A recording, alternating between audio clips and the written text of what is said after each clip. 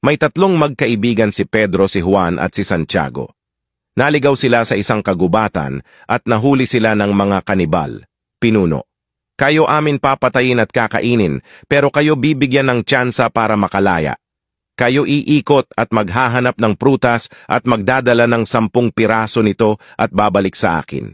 Naghanap ng prutas ang magkaibigan at naunang bumalik si Pedro sa pinuno ng mga kanibal na may dalang 10 mansanas. Pinuno, "Ngayon ikaw amin palalayain, pero ang gagawin namin, ipapasok namin sa puwet mo ang 10 prutas na dala mo. Dapat hindi ka magpapakita ng emosyon, tatawa o iiyak."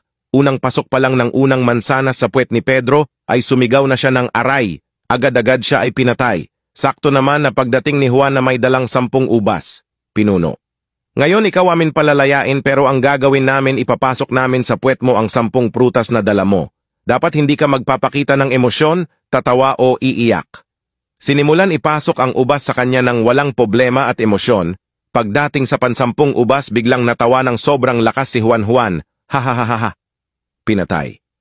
Nagkita si Pedro at Juan sa langit at tinanong ni Pedro si Juan, "Pedro, pare, isa na lang yung prutas na kailangan para makalaya ka. Buwisit ka, bakit ka natawa?" Juan, "Pre, ha ha ha ha, nakita ko kasi si Santiago paparating na may dalang durian."